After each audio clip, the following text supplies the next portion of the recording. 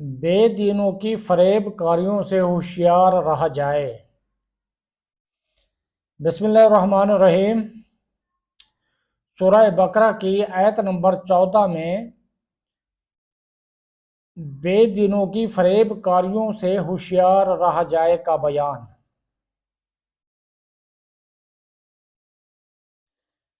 وَإِذَا لَقُوا الَّذِينَ آمَنُوا قَالُوا آمَنَّا وَإِذَا خَلَوْا إِلَىٰ شَيَاطِينِهِمْ قَالُوا إِنَّا مَعَكُمْ إِنَّمَا نَحْنُ مُسْتَهْزِئُونَ۔ اور جب یہ ایمان والوں سے ملتے ہیں تو کہتے ہیں ہم ایمان لا چکے ہیں، اور جب اپنے شیطانوں کے پاس تنہائی میں جاتے ہیں تو کہتے ہیں کہ ہم تمہارے ساتھ ہیں اور ہم تو صرف ہنسی مذاق کرتے ہیں۔ وَإِذَا لَقُوا الَّذِينَ آمَنُوا، اور جب یہ ایمان والوں سے ملتے ہیں، منافقین کا مسلمانوں کو بے وقوف کہنا اور کفار سے اظہار یکجہتی کرنا اپنی نجی محفلوں میں تھا۔ جب مسلمانوں سے تو وہ یہی کہتے تھے اپنی نجی محفلوں میں تھا، جبکہ مسلمانوں سے تو وہ یہی کہتے تھے کہ ہم مخلص مومن ہیں۔ اسی طرح آج کل کے گمراہ لوگ مسلمانوں سے اپنے فاسد خیالات کو چھپاتے ہیں، مگر اللہ تعالیٰ ان کی کتابوں اور تحریروں سے ان کے راز فاش کر دیتا ہے۔ بے دینوں کی فریب کاریوں سے ہوشیار رہا جائے۔ یاد رہے کہ اس آیت سے مسلمانوں کو خبردار کیا جا رہا ہے کہ وہ بے دینوں کی فریب کاریوں سے ہوشیار رہیں اور ان کی چکنی چپڑی باتوں سے دھوکہ نہ کھائیں۔ ایک اور مقام پر اللہ تعالیٰ ارشاد فرماتا ہے،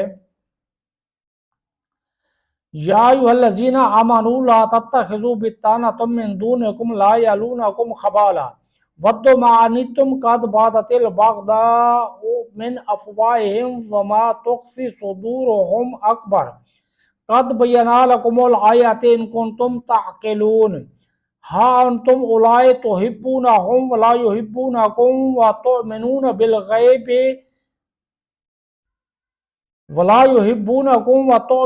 بالکتاب کلہ وَإِذَا لَقُوكُمْ قَالُوا آمَنَّا وَإِذَا خَلَوْا عَضُّوا عَلَيْكُمُ الْأَنَامِلَ مِنَ الْغَيْظِ قُلْ مُوتُوا بِغَيْظِكُمْ إِنَّ اللَّهَ عَلِيمٌ بِذَاتِ الصُّدُورِ إِن تَمْسَسْكُمْ حَسَنَةٌ تَسُؤْهُمْ وَإِن تُصِبْكُمْ سَيِّئَةٌ يَفْرَحُوا بِهَا وَإِن تَصْبِرُوا وَتَتَّقُوا لَا يَضُرُّكُمْ كَيْدُهُمْ شَيْئًا إِنَّ اللَّهَ بِمَا يَعْمَلُونَ مُحِيطٌ۔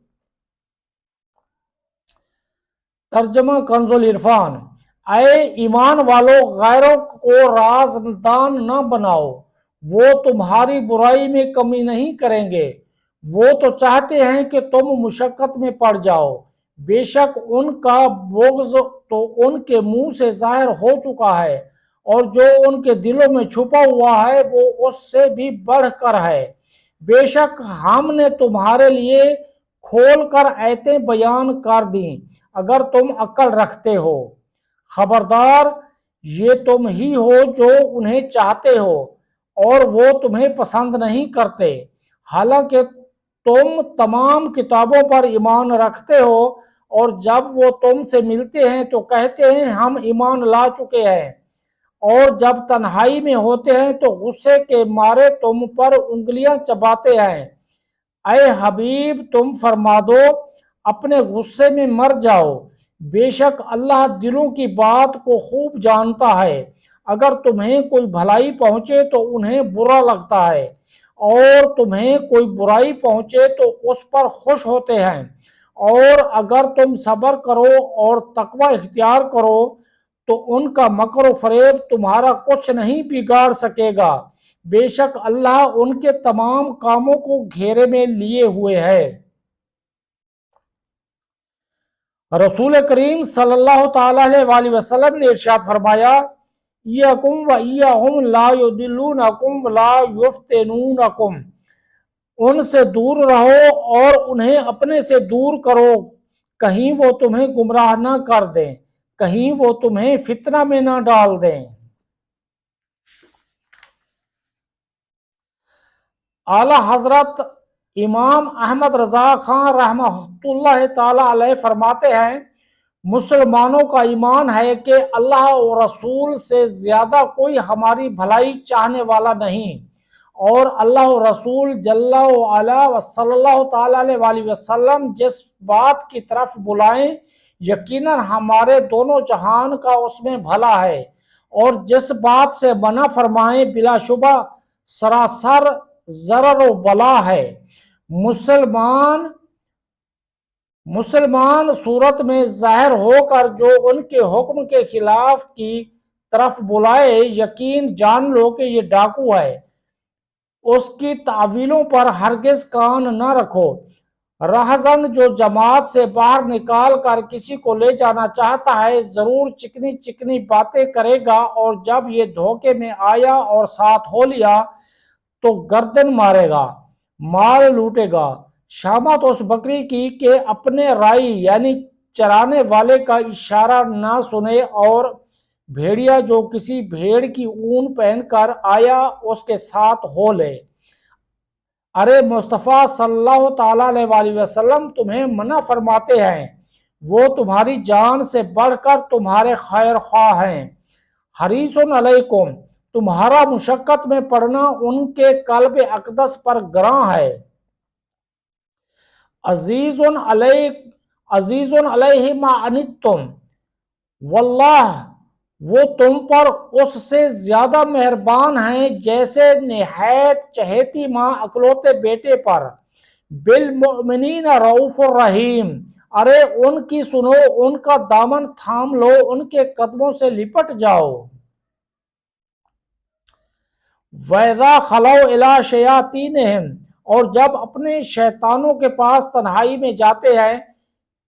یہاں شیاطین سے کفار کے وہ سردار مراد ہیں جو دوسروں کو گمراہ کرنے میں مصروف رہتے ہیں۔ منافق جب ان سے ملتے ہیں تو کہتے ہیں کہ ہم تمہارے ساتھ ہیں، اور مسلمانوں سے ملنا محض استہزاء کے طور پر ہے، اور ہم ان سے اس لیے ملتے ہیں تاکہ ان کے راز معلوم ہوں اور ان میں فساد انگیزی کے مواقع ملیں۔ اس سے معلوم ہوا کہ جس طرح جنات میں شیاطین ہوتے ہیں، اسی طرح انسانوں میں بھی شیاطین ہوتے ہیں۔ انما نحن مستہزئون، ہم تو صرف ہنسی مذاق کرتے ہیں۔ منافقین صحابہ کرام رضی اللہ تعالی عنہم کے سامنے ان کی تعریفیں کرتے اور بعد میں ان کا مذاق اڑاتے تھے۔ اسی بات کو بیان کرنے کے لیے یہ آیت مبارکہ نازل ہوئی۔ صحابہ کرام اور علماء دین کا مذاق اڑانے کا حکم۔ اس آیت سے معلوم ہوا کہ صحابہ کرام رضی اللہ تعالی عنہم اور پیشویان دین کا مذاق اڑانا منافقوں کا کام ہے۔ آج کل بھی ایسے لوگوں کی کمی نہیں جو اپنی مجلسوں اور مخصوص لوگوں میں علماء و صلحاء اور دینداروں کا مذاق اڑاتے اور اپنی پھبتیاں کستے ہیں، اور جب ان کے سامنے آتے ہیں تو منافقت سے بھرپور ہو کر خوشامد اور چاپلوسی کرتے ہیں اور تعریفوں کے پل باندھتے ہیں۔ یوں ہی ایسے لوگوں کی بھی کمی نہیں جنہیں مذہب اور مذہبی نام سے نفرت ہے، اور مذہبی حلیہ اور وضاحت دیکھ کر ان کی طبیعت خراب ہو جاتی ہے۔